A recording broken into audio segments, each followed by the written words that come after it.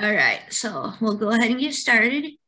Thank everybody for watching this video today, joining us in the live Zoom for those that are here. This is our monthly service dog handlers chat. Today we're welcoming a special guest, Scott Stauffer, with Affective Dog Behavior, and he's going to be talking a little bit about emotions and connections. And Scott, I understand you have kind of a special tradition of yours that you want to kick us off with, so go right ahead. Oh, thank you. It's not a special tradition. It's just indigenous communities asked for it. And it's talking about land, it's land acknowledgement. And what it is researching the land that you're on and who occupied it before colonization. And like, for example, I'm on Ramayatush, Ahoney land and San Francisco Bay Area, going all the way almost down to Monterey, a little bit north of Monterey before it, switches. And it's, if you know anything about the Bay Area, it's the rolling hills. We got the beautiful oceans, the creeks and the hillsides, and the diversity of plants that are out here is just beautiful and amazing. And it's the redwoods and just the natural landscape that's out here.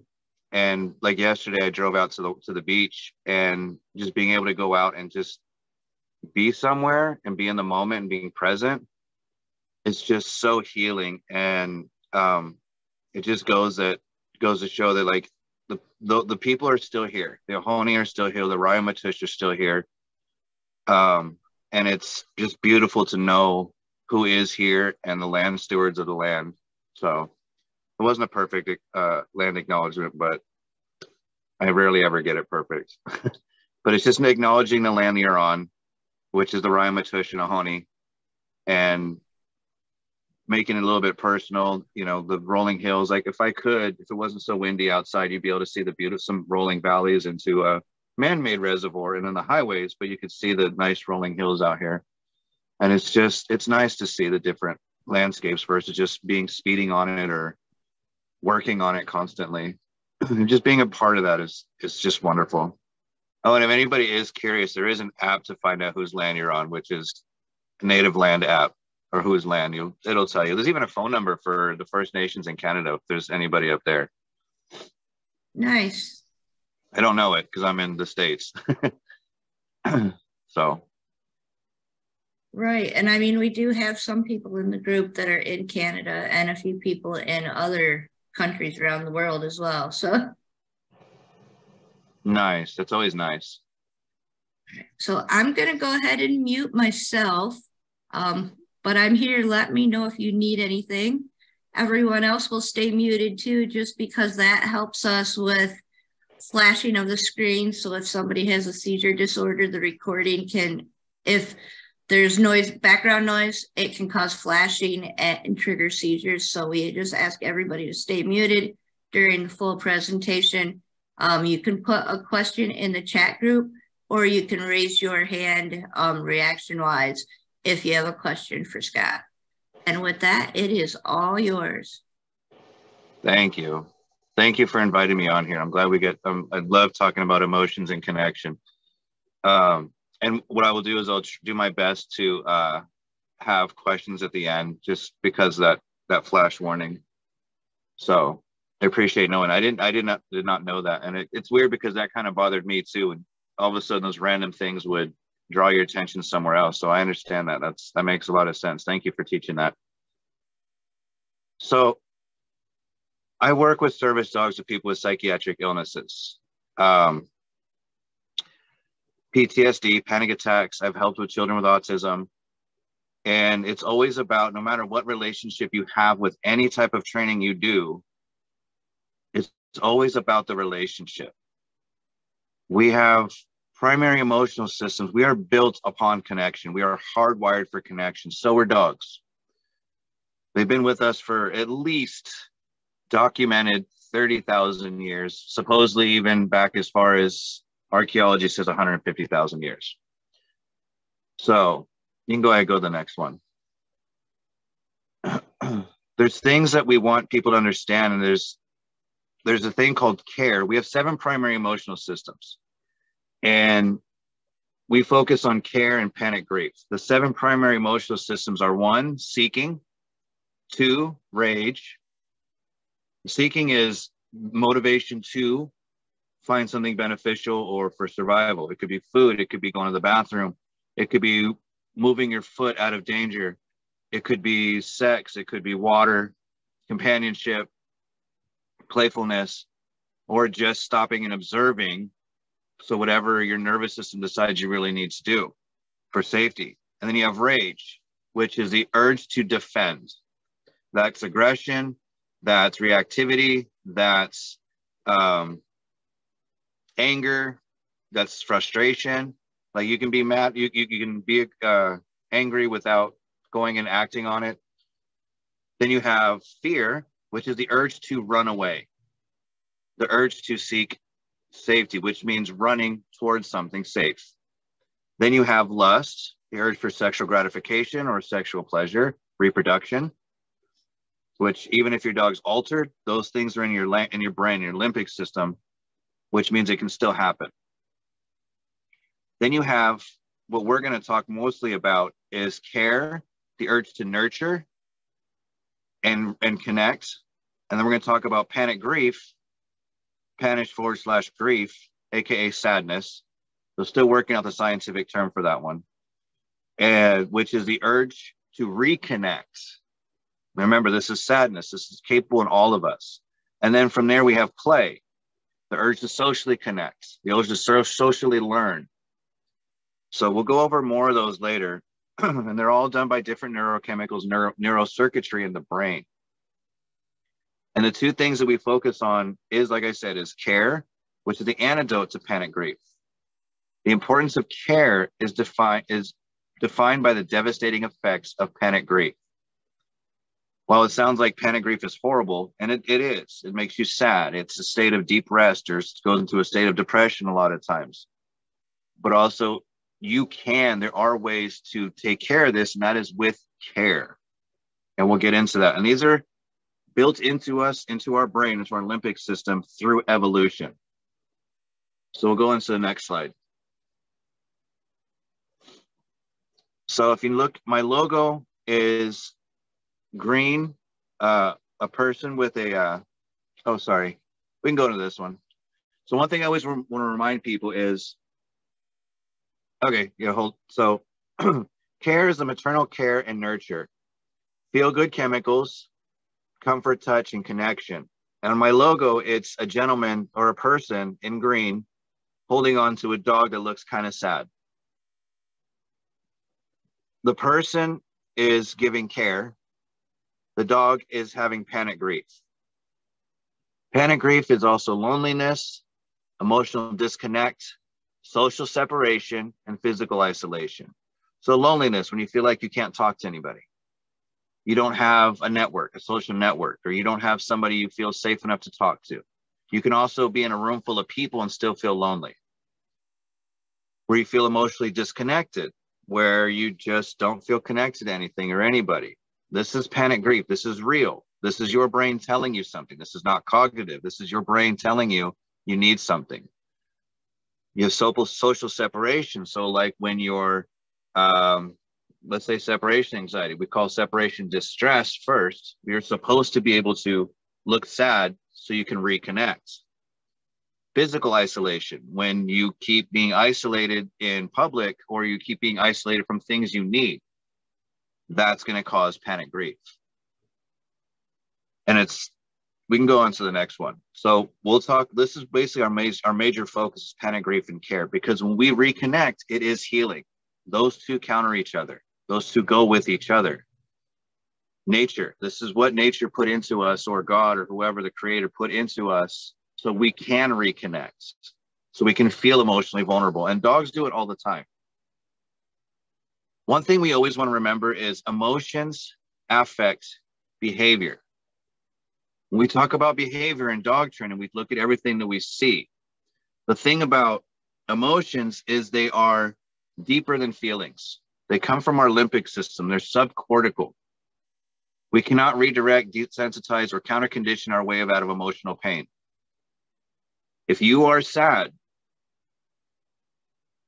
You're not going to counter condition that. You're not going to desensitize that. Your brain, through evolution, is designed to reach out for help, to ask for help. Humans feel like we have to say, hey, I need you to come hang out with me. Or we text somebody and say, hey, what you doing this evening? Or we call, or we send private messages, or we talk on social media, we'll email, we'll do Pony Express. Well, we don't do that anymore. Letters, all these different ways to say, I miss you. And then we have, oh, thank you. That's showing that we care. If you're thinking about somebody, that's panic grief. If you reach over for somebody's touch, to touch somebody, that's panic grief, influence, and it's making you reach out for comfort. You reach over to your dog, or your dog walks over to you and you start petting him without even thinking about it. That's panic grief. Emotions affect behavior. Our brain knows what it needs before we can even think about it. When we start to think about it, that's when we start to suppress. That's when we start going into our beliefs. If we focus on what's more natural, we're going to help each other better. And that's one thing affective dog behavior is always about. If my dog looks sad, why do I feel like I have to take care of them? I didn't think about taking care of my dog, but all of a sudden I feel like I have to do something or ask him a question. His subtle signal says he needs something. I care about him. I'm going to ask, or I'm going to try and do something to make him feel better. I don't have to treat him. I don't have to click and treat. I don't have to punish him out of it. I don't have to desensitize him. A lot of times it's just the reconnection. So we can go on to the next one. So this one is, you've heard the term attention seeking. Well, affective dog behavior wants to change that to connection seeking. There are parenting magazines and parenting articles, and not to minimize what they do, I just can't think of the name at the moment. Research on parenting where when your kid's doing annoying behaviors or attention-seeking behaviors, they're actually seeking a connection. They're looking for you. So I got to zoom in on myself. For example, social emotional connection. We'll start with the right on the left. I'm sorry. We'll start on the left. And give me a second. It triple tap my phone. So emotional connection, I can't read on what it says on there, but that's okay. So social emotional connection, when your dog looks at you, that's an emotional connection.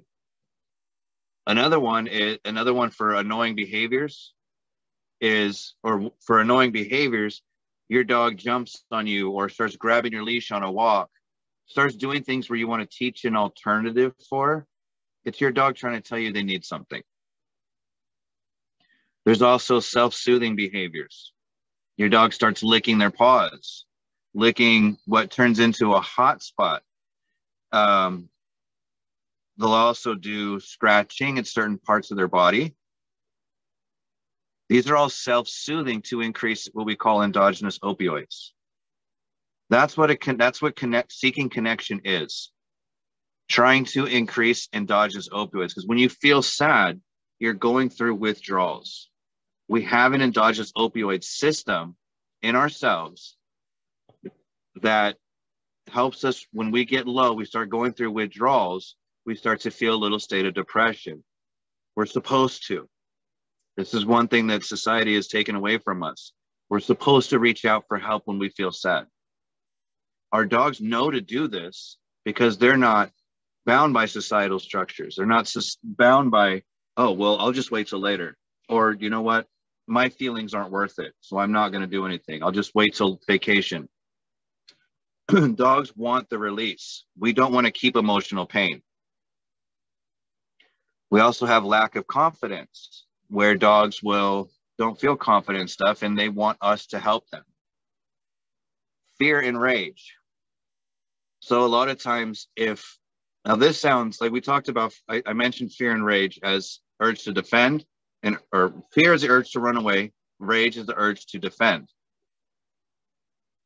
If those are the only times we pay attention to our reactive dogs, when they are in those emotional states, there's a greater chance of them doing it to get us to pay attention to them, to get us to connect. They may not even mean it. So let me see if I can do this last one. I can't read that last one. Will you, Penny, will you read that last one, please? Because I know it's pretty important. Yes. Hey, human, really, but I don't mean to be annoying or reactive, but I do have needs, and your emotional support is one of them. And believe it or not, you need this too, because we are both connected. There's one word in there I can't read because my screen goes over it. Yeah, I thank you for that. And that's basically what it is. The dog's going to do what it takes and they have to learn our habits, our everything else, on how to get their needs met, especially emotionally. We're not supposed to be hyper. We're not supposed to be in a constant state of arousal. That's the sympathetic nervous system, fight, flight, or excitement. When you see a dog settling down, when you see a dog that looks sad, when you see a dog that just wants to hang out with you, that's the parasympathetic nervous system, and it's a good chance to reconnect. If you had a stressful event and you're starting to get upset or you're starting to feel sad, ask your dog if you can cuddle.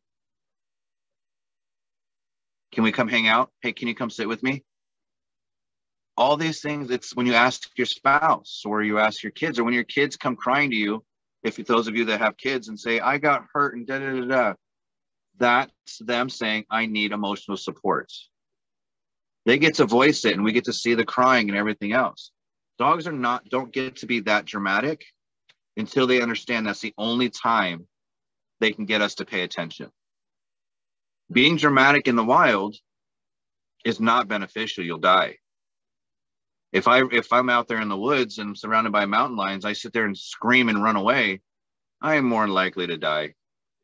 If I look sad and I can kind of crouch down and make myself smaller, I'm not going to do that. Yes, I'll be a little bit fearful, but my brain's going to say, okay, if you have to calm it down a little bit so you don't have that much movement, but we're ready to move.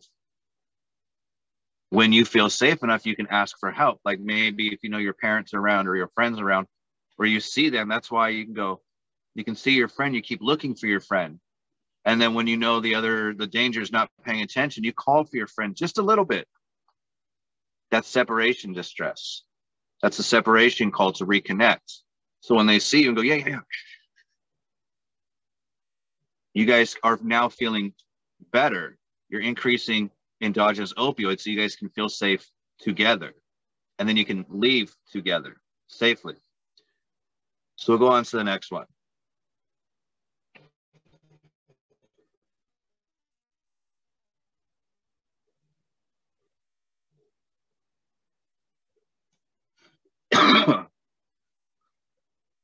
So panic grief is low opioids, endogenous opioids, which people like to call endorphins, but endorphins is more of an umbrella term. But endogenous opioids, when you're low in endogenous opioids, you feel pain more. You're also low oxytocin, which is low as a confidence booster. It's not the love hormone. It's actually more of a confidence booster. When you start to feel sad, you start to look for help. Dogs will look for help. Are you going to comfort me? Are you going to come hang out with me? Are you emotionally available? If I am, and hopefully this whole full circle goes through, they start doing connection-seeking behaviors. If they know you're there, yeah, they're going to come find you. If you're emotionally available, yeah, they're going to come find you. It doesn't take training, but it does take you being more than just a good time friend.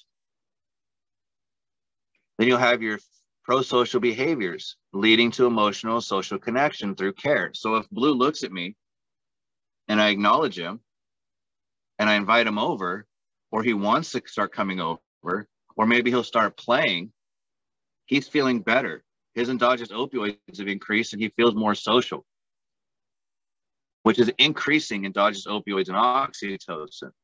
So he's feeling more confident with what's going on. May not love what's going on outside our immediate circle, but he feels safe enough with us that he's starting to feel better. Satisfying levels boost confidence enough to temporarily interrupt social behaviors. So here's one thing that a lot of us and I did this for the longest time, and I wondered why it hurt my feelings. So you're out cuddling your dog, you're petting your dog, right? Nice and calm, and all of a sudden they get up and walk away. And you're like, damn it. Oh, I guess you didn't like that.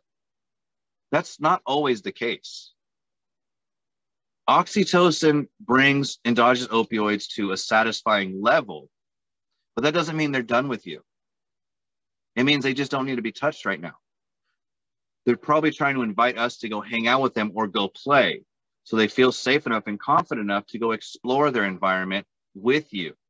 They don't want to do it alone because they just bonded with you, and they want to go hang out with you doing something maybe they want to go do. Now they feel safe enough to go hang out and do more. It's like us. We can handle a hug for a little bit, and then we may not want the hug anymore. Our endogenous opioids levels are satisfied before it turns into annoyance, because oxytocin makes you defensive to outsiders too. It makes you tell you, okay, enough. To be able to have that confidence to say enough, that's oxytocin. So even if it's a little irritation or frustration, we can say, I'm done, but let's go hang out. Sorry about that. So maybe you can go hang out with your dog and go outside or play or do something they want to go do, or even just go explore the grounds. So we'll go ahead and go to the next one.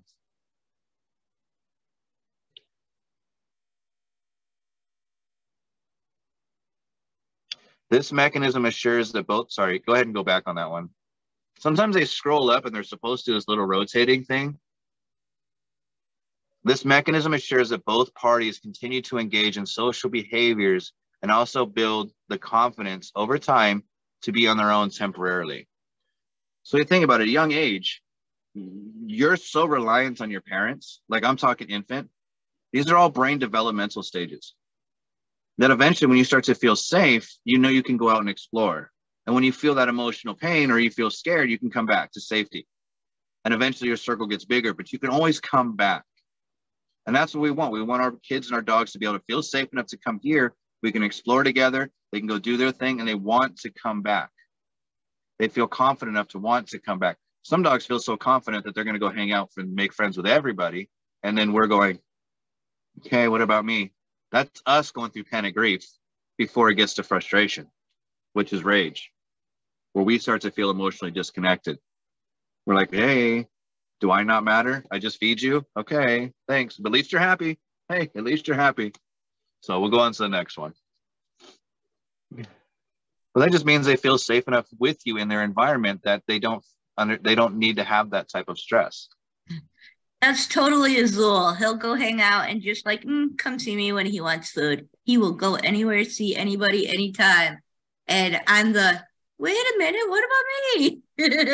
That's what Belle did to me. She'd make friends with everybody else. And then it was time to go. She's like, all right, Dad. And then she'd come all cuddly and like, oh, and I'm like, and it made me feel so good.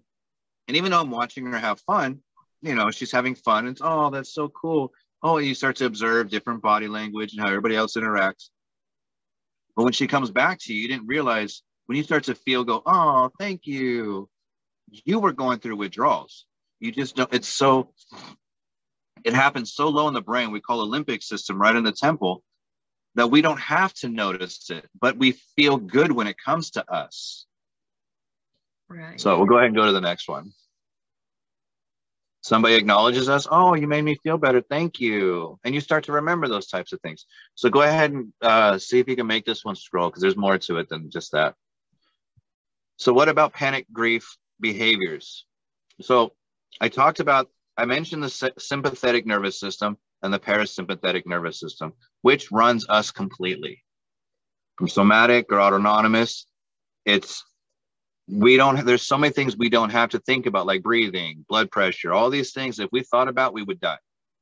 So it runs behind the scenes, so to speak. So if we start to sense danger, our brain's already taken in everything, our environment, before we go, oh, look, there's a tree. Oh, look, that car's about ready to flip over the other one and it might happen to come towards me. Your brain has already decided what it needs to do, raise blood pressure, get you ready to run or stop, hide, drop, roll, whatever it needs to do. Because if we thought about it, we wouldn't last much longer. So again, it's the sympathetic nervous system is fight, flight, or play, excitement. That means it's short term, which means it needs energy. Your parasympathetic nervous system is ones you want to when it's calmer, when it's more relaxing or sad, where you don't feel as motivated to do.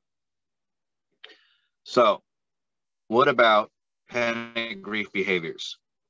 When the trusted human is nearby, they're going to do connection-seeking behaviors if there's something that bothers them. They may run towards you, ear twitch in your direction. So like if you call them, the dog's staring out and they have an ear twitch. Well, that's a connection-seeking behavior. That's them saying, I acknowledge you. I know you're here. While you're walking, there might be a sideways glance in your direction, just to make sure you're close or where you're at. They might do a vocalization, like you get your howling, or we call a separation vocalization. In absence of a trusted human, or actually you might have the dog start barking for you to pay attention. What do you want? Run, run, run, run. Which actually is increasing into the sympathetic nervous system. So in the absence of a trusted human, you're going to get your howling, which is your separation call. All animals do it. Especially infants, especially the more emotional ones. You get otters are a great example. The baby's playing up on the surface, and then the mom's diving for food for both of them because she has a lot of energy she needs to start doing.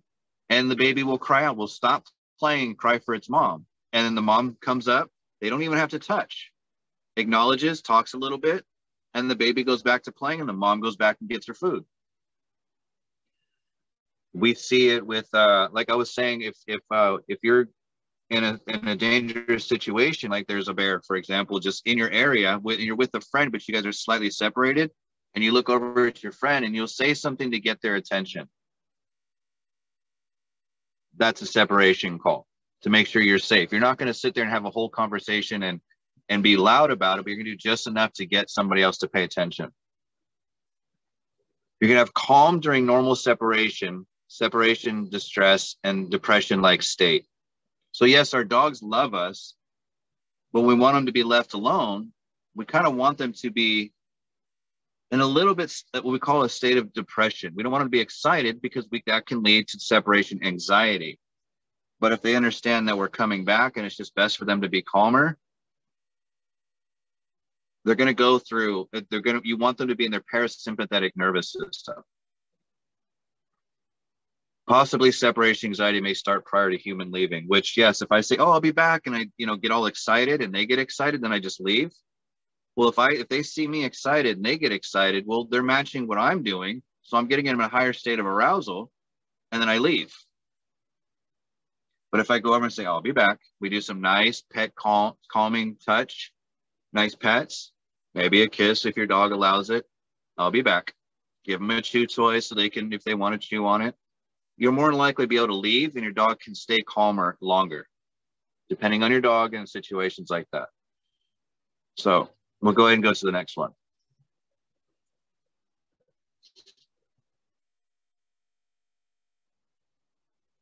Always watch for panic grief behaviors. Important. During subtle neurochemical fluctuations, pain may escape conscious awareness. The greater the fluctuations, the greater the emotional pain and awareness for it. The greater the fluctuations, the more apparent and urgent the panic grief behaviors become. So what that means is our neurochemicals are always flowing. Endogenous opioids helps with pain.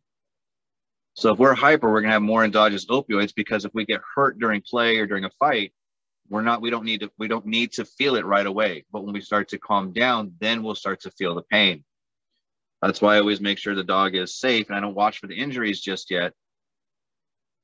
We'll make sure the dog is safe, and then you'll be able to pinpoint where the injury actually is, because now that's actually where it's going to hurt. So the greater the fluctuation. So if I keep my dog coming up, we have this thing, there's a thing called a pain pleasure balance. The more intense,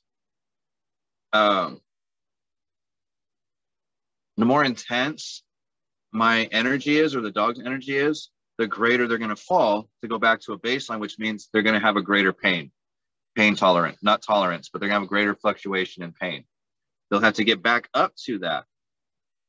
The greater the fluctuation, the more apparent and the urgent the panic grief behaviors are. So if I don't recognize my dog's emotional pain right away, and they have to keep telling me, well, they're being more dramatic. And then by the time I actually get to pay attention to them, they're going to have even more emotional pain. It's going to be they're going to need me even longer because it took that much longer to get me to pay attention.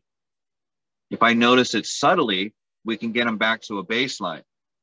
So like we keep seeing our dogs being hyper just to get us to pay attention to them. That means that emotional pain was already there. And now they're being dramatic. And this is where we see a lot of quote unquote OCD behaviors with dogs, is because they're trying to get us to pay attention, but we can't, or we don't, or we just don't recognize it just yet. Or maybe we're too busy. Well, they really needed that and us to pay attention, that they became too obsessed. Now we think it's a problem, and it is. But when we start to recognize the subtle signs, they're more likely to look for us sooner to relieve that pain instead of waiting to being dramatic, where we finally pay attention. That goes back to if the dog also is reactive, because that's the only time we pay attention. So we'll go ahead and go to the next one. So this is a dog I got to work with. Oh, what happened? I blinked. What happened?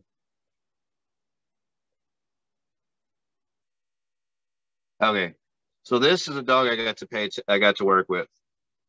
200-pound, 6-year-old Mastiff.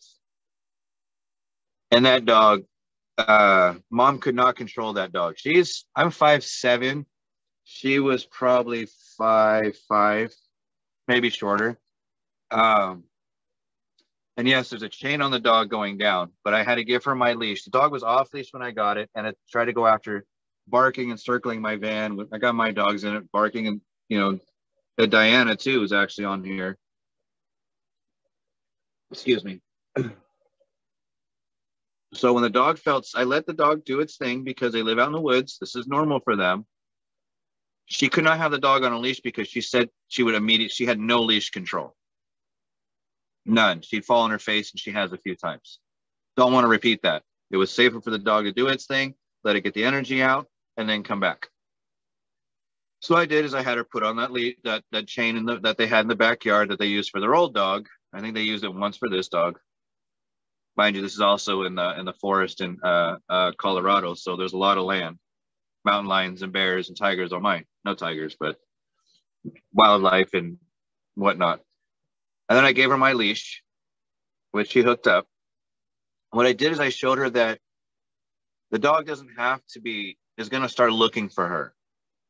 If the dog's feeling uncomfortable, he's going to go to her. And that's exactly what he's doing. She. I don't know. I don't remember if the dog was a boy or a girl. That doesn't really matter, does it, though? The dog would sit there and stand in front of mom for a minute and then realize nothing was happening. And that made her feel a little uncomfortable. Well, then the dog went and hid behind mom. What people don't understand is when the dog goes and hides behind you, it's not fear anymore. Yes, maybe the dog ran behind you, but that was fear going to safety. But the moment they realized you were safety, it became panic grief. They found you, they feel a little bit better, and they need you to take care of them. That's the panic grief system, to reach out for emotional safety. And then literally she can just stand between Diana and I and help her dog feel safe. I didn't get pictures of them cuddling, which would have been the night. That's what I would say is, all right, just stay there. What I want you to do is say, Scott, stop, and I'm going to cuddle my dog. And that's what she did. She told me to stop, and she would sit there and cuddle her dog, slowly pet her dog, let her feel better. And then she could walk away, or she could dismiss me, or she could start walking where she wanted to go. So that's why when you see these positions, like the dog, see how curved the dog is and how close to mom the dog is, if you're able to. If not, there's a blonde-haired woman in a blue hoodie with blue jeans, and the dog is, I hate saying it, but the head is right at her butt level. And as much as a dog can be is hiding behind her while still being able to watch out. That's a 200-pound Mastiff hiding behind a little petite woman. That's what we want. If we don't recognize those signs, that's when a dog's more likely to be more reactive because they're not getting their emotional needs met. They ask for help, they're hiding, putting their parents in front of them in danger. They're saying, I'm not comfortable with this, you take care of it. That's automatic. So that's what I do like to see with fearful or reactive type dogs, is when they can do this and ask for help.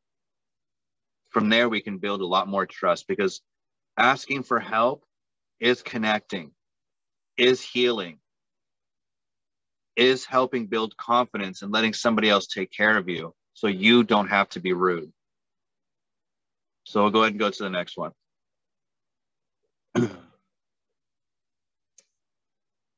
Let this one play out.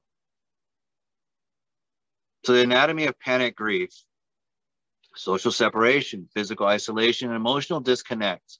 And that's a lot of what dogs feel when they're reactive, or they feel like they they can't rely on us. Excuse me. It is a decreased release of endogenous opioids. Endogenous opioids is what helps us feel connected. Yes, you're going to hear a lot about oxytocin, but the more research is coming out on oxytocin, it's more of a confidence booster, and it actually is used when you need to be defensive, or you need to gloat, or it's a great increase when it comes to play. It's a great increase when it comes to fighting and being able to run away.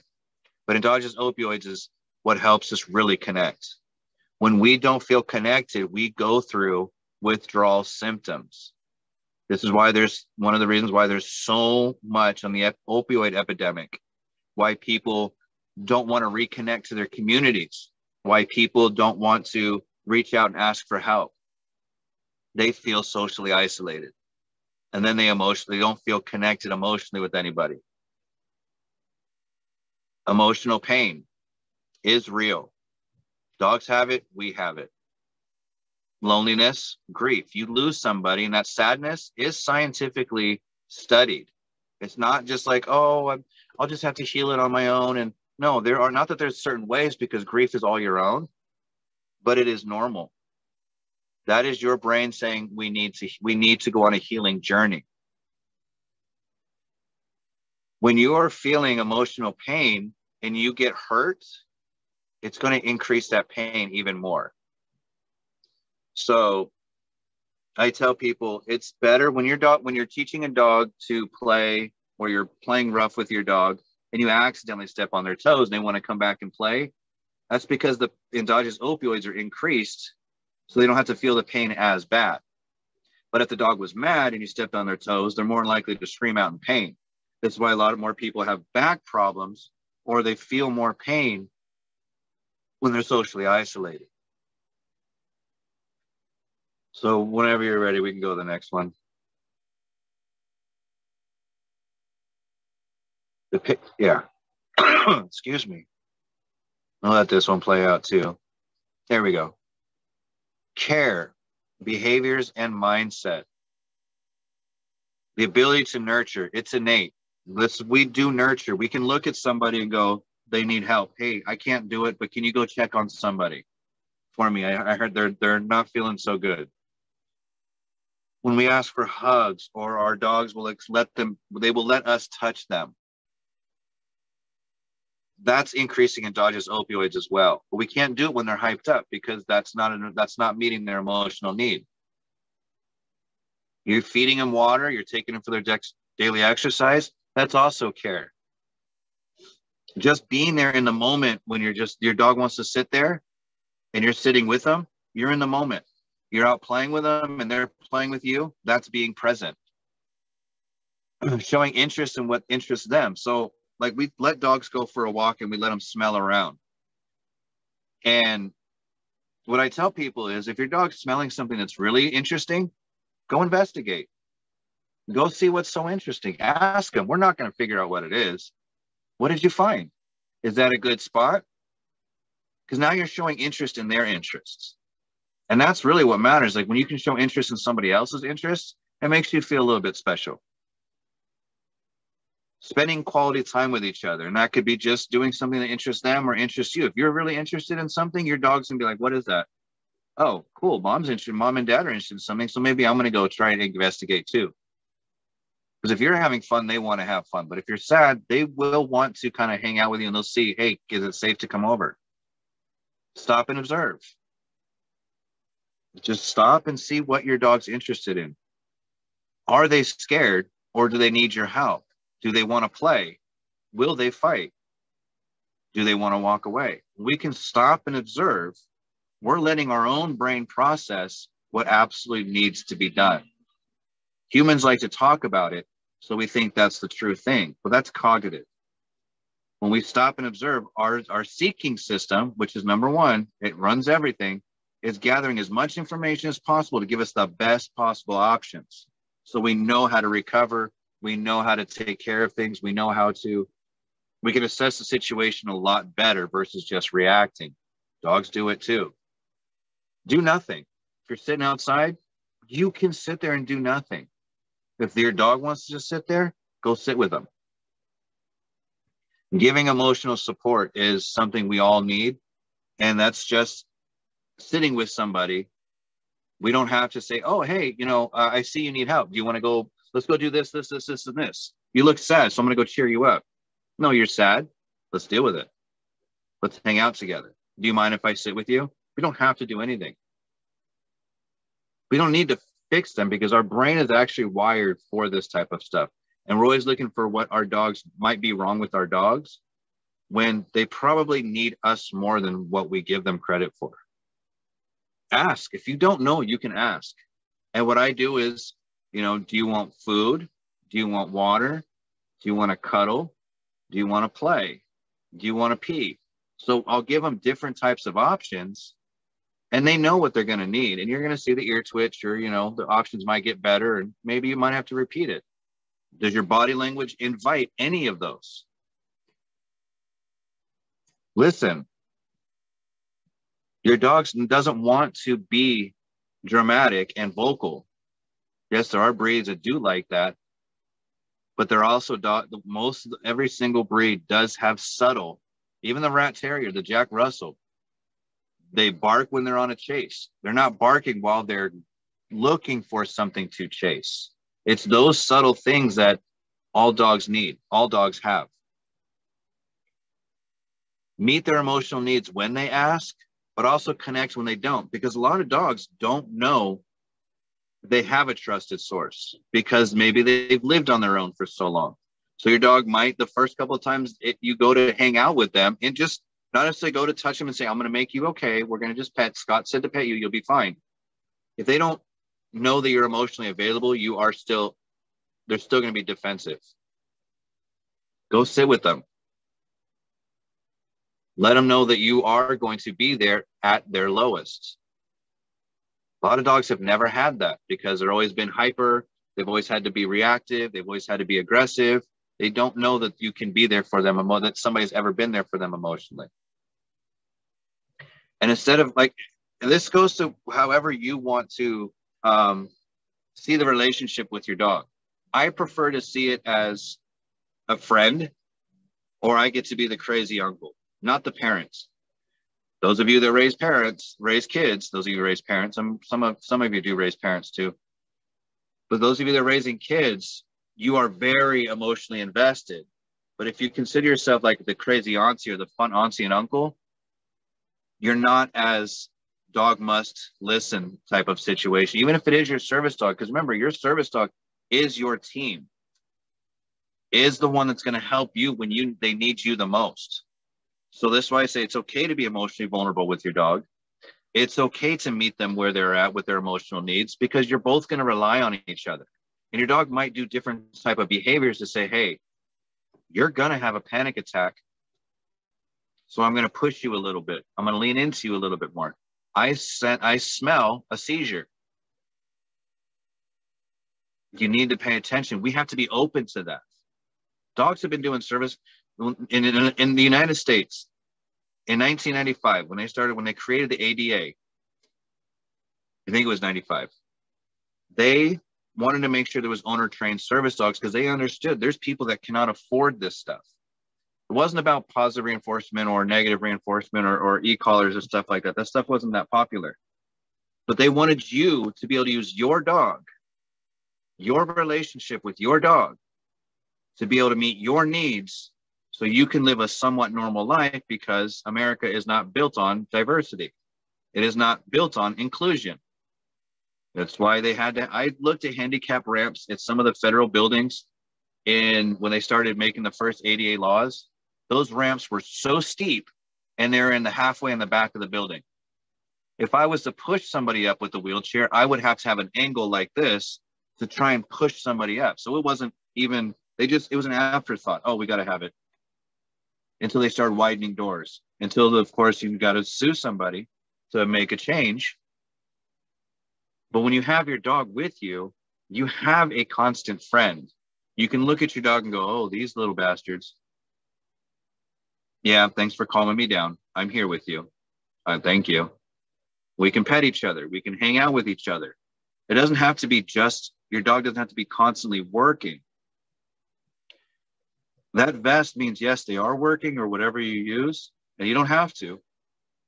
But so they can actually, you want to use them to connect, because I have PTSD and people don't believe me. So when I brought my service dog in, they pulled guns on me. Yeah. And I'm like, okay, I can't negatively react. So immediately I'd reach for my dog and start petting him to calm myself down so I can get the service dog paperwork and put it on the counter and then walk out and then go breathe. So I didn't get shot.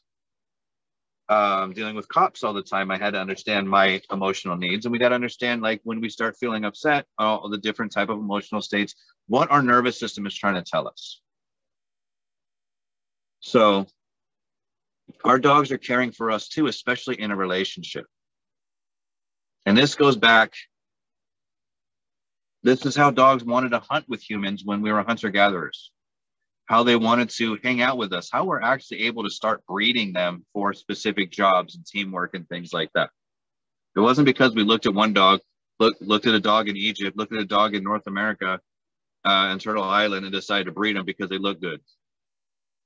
No, but it's through time when they're able to come hang out with us, we start seeing, you'll start stopping and observing, see what works for us. And then eventually, we got different specific type breeds. Because you're not going to find a German Shepherd in the wild. You're not going to find a Great Dane in the wild. You're not going to find an Aussie Doodle in the wild. You're not going to find an Australian Shepherd in the wild. You're going to find dogs that are going to fit into their environment, free living, the free range dogs. And you're going to see how genetically different as far as, looks are, but all of them have the same type of behaviors. When they need a cuddle, they need a cuddle.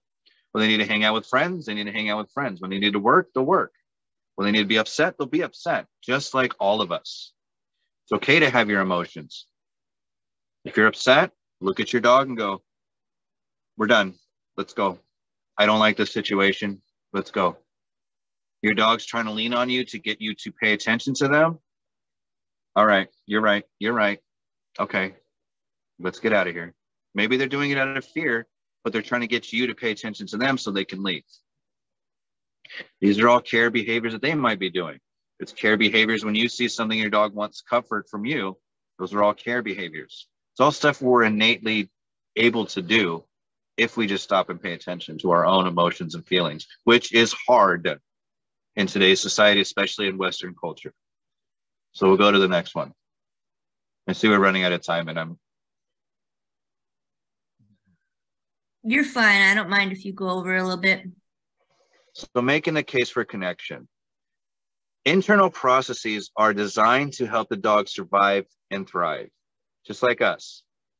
Mechanisms are in place to promote coping without external influences, except for emotional pain.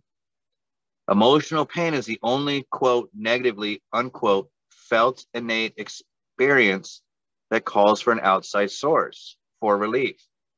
This happens through panic grief behaviors, through social emotional disconnect, also doing fear and rage and other forms of stress. So that's basically saying is, yeah, if you're fearful, you can run away to safety. If you get mad, you can defend yourself. If you win, great. If you lose, that sucks too. Hopefully you'll still live. But even an argument, you win an argument, you feel better. You get into a fight, or you road rage, or you vent on social media, hey, you got to vent and you start to feel better. You're using those neurochemicals. Same thing with dogs. If my dog snaps at somebody or snaps at something, they're going to start feeling better automatically. But with emotional pain, with social isolation and emotional distress, emotional separation, we're only going to be better with the help of somebody else. Connection. And it's not something that's learned. Like, you're going to learn if, okay, maybe I learned that Penny will be more emotionally, if I feel stressed out or I want to cry, maybe Penny, because I didn't know her before. She might be my person I go to when I'm feeling really upset, because she made me feel better.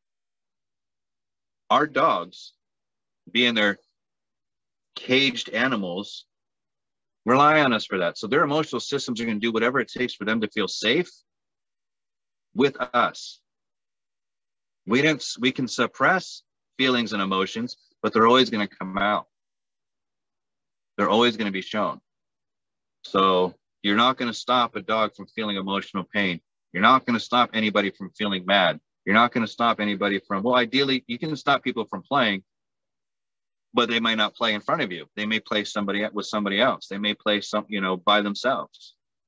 So we can control how we see their behaviors, but we're not going to stop emotional needs. Is that the last one?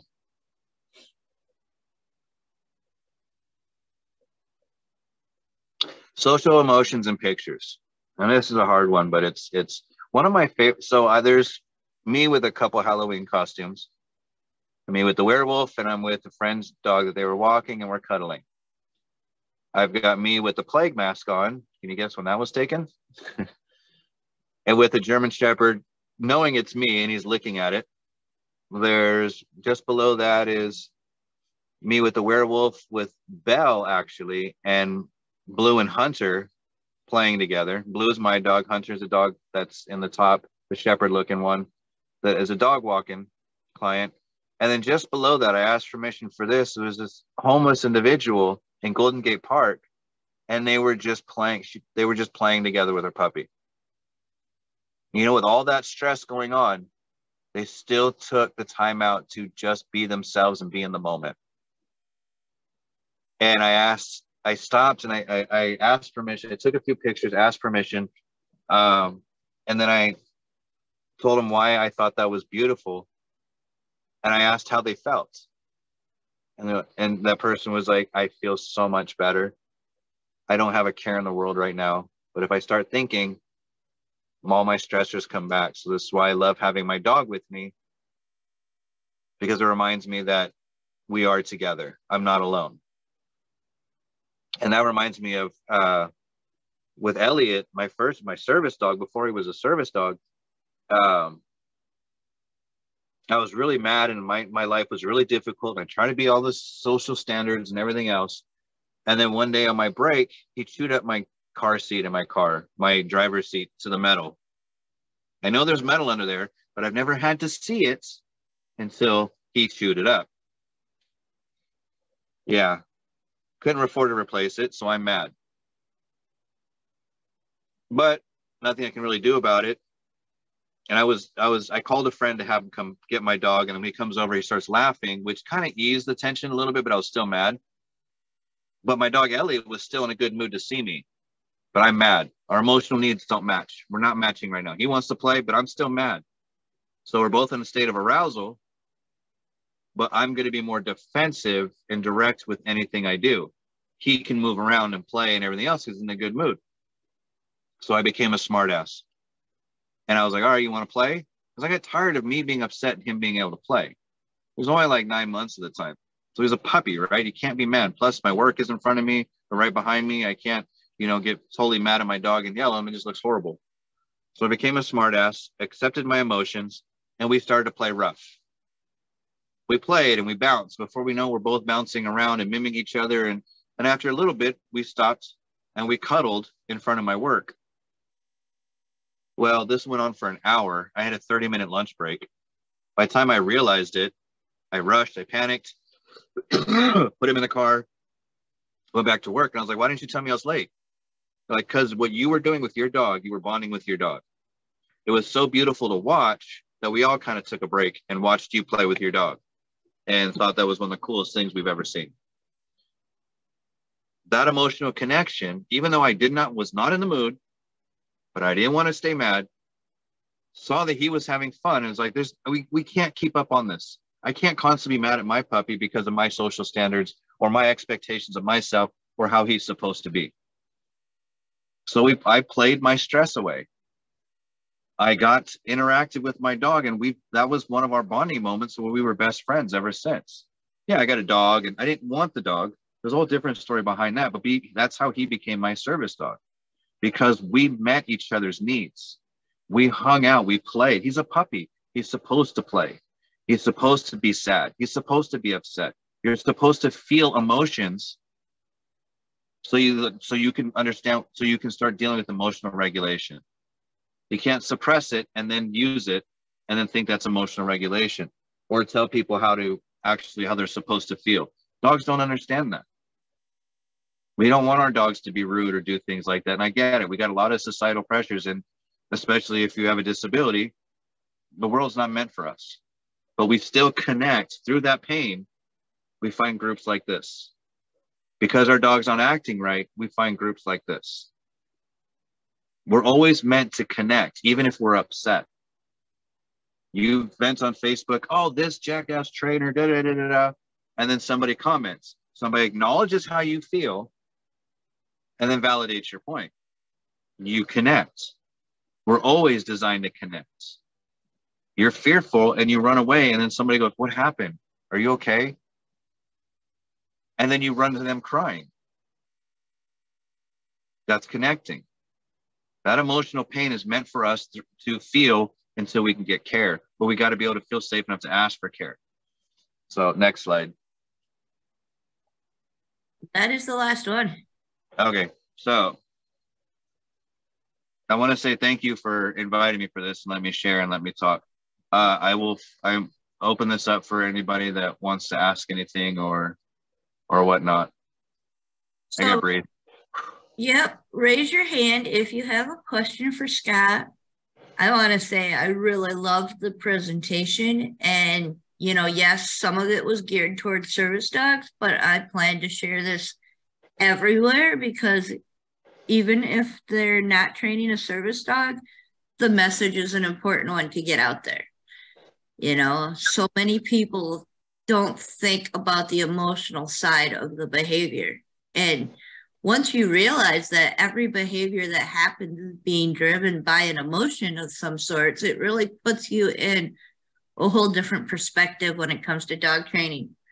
While we were here, while I was listening to you, and I didn't really read it, but I saw a comment come in, and first line just said, wow, your classes look a lot different than any other classes I've been in.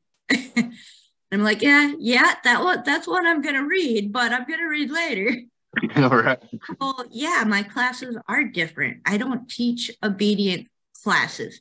Can my dogs at the end of class do the same skills that they would if they took an obedience class? Yes. But we focus on that connection. The very first thing I teach in all of my classes is hand targets, because that connection, and that connection can then be transferred to almost any behavior you want the dog to do for you. You can get them to do through that connection. So my classes are different. I think the connection is key. So we do just have one thing in the chat. So Julie said it was really fantastic, and she thanks you. And You're welcome. Out of it. She really liked all the analogies. So Julie, if you happen to have a question, if you want to add, you can go ahead and unmute, or if you have something else you want to add to that. You're welcome to unmute and reply. But yeah, no, I think it's a really important message that I just wish we could get out there more. So I thank you for taking the time to come and do this for our group. No, I love it. This, like I said, I love talking about the emotional aspect of it, because one of the things I looked at, one, like there's a lot of crossover trainers, right? And when I started training, I trained out of my own personal fear because we got chased by Rottweilers when we were going to school. We kind of live in a wooded area, but we thought they were bear cubs. And out of the three friends, I had two bigger, heavier set friends, and I'm the skinny one. Thought I was the faster one, but going downhill, I was the last one. So my change of emotional state was real quick, and I had to look back and observe. Oh, wait a minute, that's a Rottweiler puppy, not a bear. My friends are already up in trees, which is not a great idea. But hey, as long as you're in front of the last person, right? If it was a bear, I probably would have died. But I had to stop and understand that it's like, wait a minute.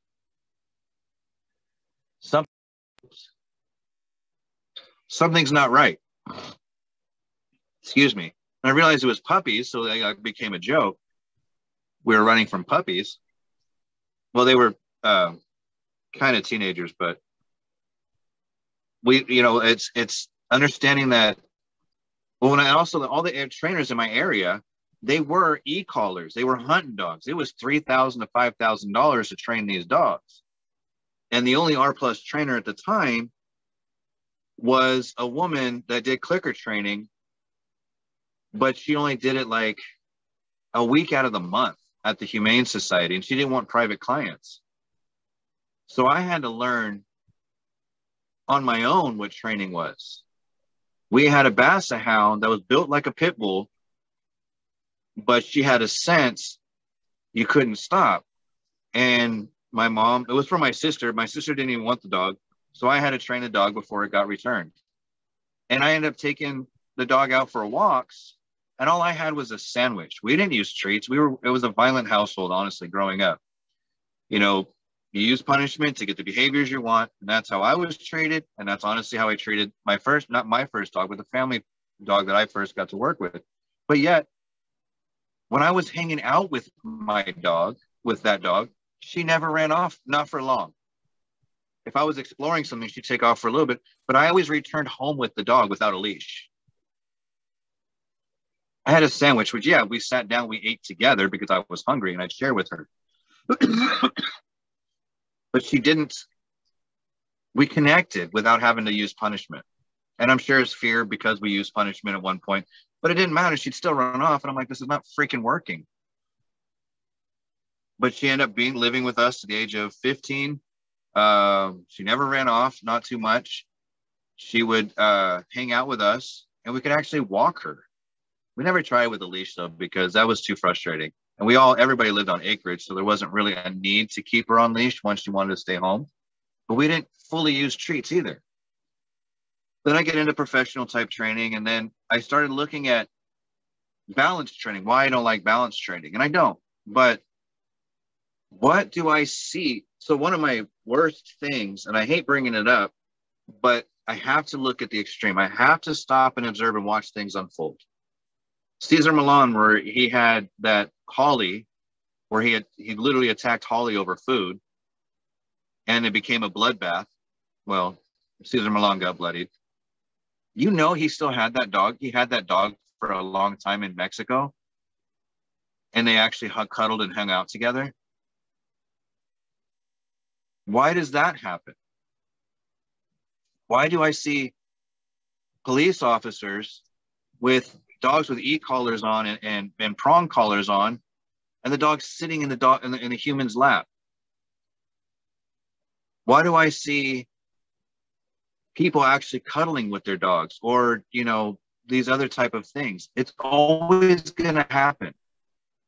And I don't like training as far as like it must be all about obedience to get your dog to listen.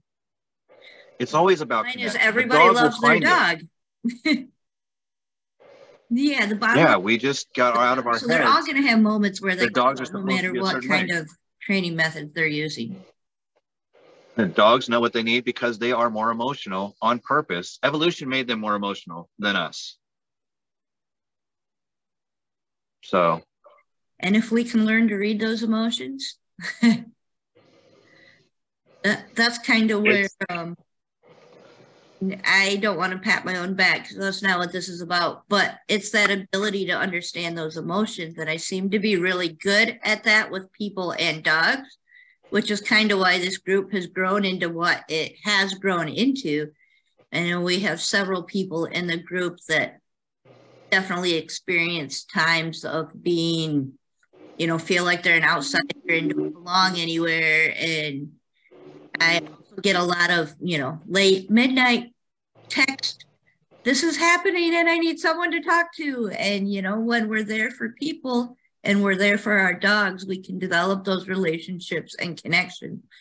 And so, yeah, if this chat helps just one dog, which we know it has already because Haven has a note in the comments too that said she was utilizing this while you were talking. She was going through it and was seeing a big difference. And so, Haven, I hope you don't mind me sharing your story a little bit. I'm not going to say too much, but Haven is relatively new to our group, and she has a program trained dog, kind of, sort of, came from the prison system program training. And so her dog was very not used to being in a human house. And the first, I don't know, week, month, however long it was kind of really rough for them, because the dog was so used to that prison life and hadn't experienced a whole lot of family life. And so, I mean, I really encouraged her, and I know a couple of other of the admin in the group did too, to just bond with your dog and focus on building that connection. And so she has seen a difference, and now we're getting pictures of them cuddling on the couch and all kinds of cool things that we love. And I mean, that is the purpose of the group. And it's also the bigger purpose of why we started these service dog handler chats. So you're always welcome to come back in for a chat. On the first Tuesday of the month, it's an open chat where we'll pick whatever topic, like the February topic was behaviors. And so we talked about the behaviors we hate and the behaviors we love, and more on a personal level, not just, you know, we hate when our dogs bark. It's, well, my dog does this one thing, like they just nibble with their front teeth or something, and either it drives me crazy or, oh, I find it adorable. You know, that kind of more personal connection-based look at behaviors. And so next month, the first Tuesday of March is all about distractions. And so our chat on the first Tuesday of March will be all about distractions and what our dogs find more distracting than what we want them to be doing. And then the speaker for next month will be Jack Fenton. And if you were here last year when we started Service Dog Handler Chats, you could hear, it's still on YouTube, but Jack Fenton did an awesome presentation on sense and understanding sense. And so he will be back to talk about distractions and how that applies to things like leash manners and being out in public places with your service dog, whether that's, you know, out in the community on a trail walk or, you know, in a pet-friendly environment or whatever. It's being out where you're not secluded in your home, and how you can use that connection to work through those distractions to be able to make it work for your team, which doesn't look the same for everybody. So that's going to be a good chat. And we're always open to any service dog handlers that want to join in the chat anytime. So you're welcome back. I'm not seeing any questions. We did get lots of great comments of people loving it and just found it really fantastic. So I thank you for that. You. With that, I will kind of let you go, and everybody can have a great day.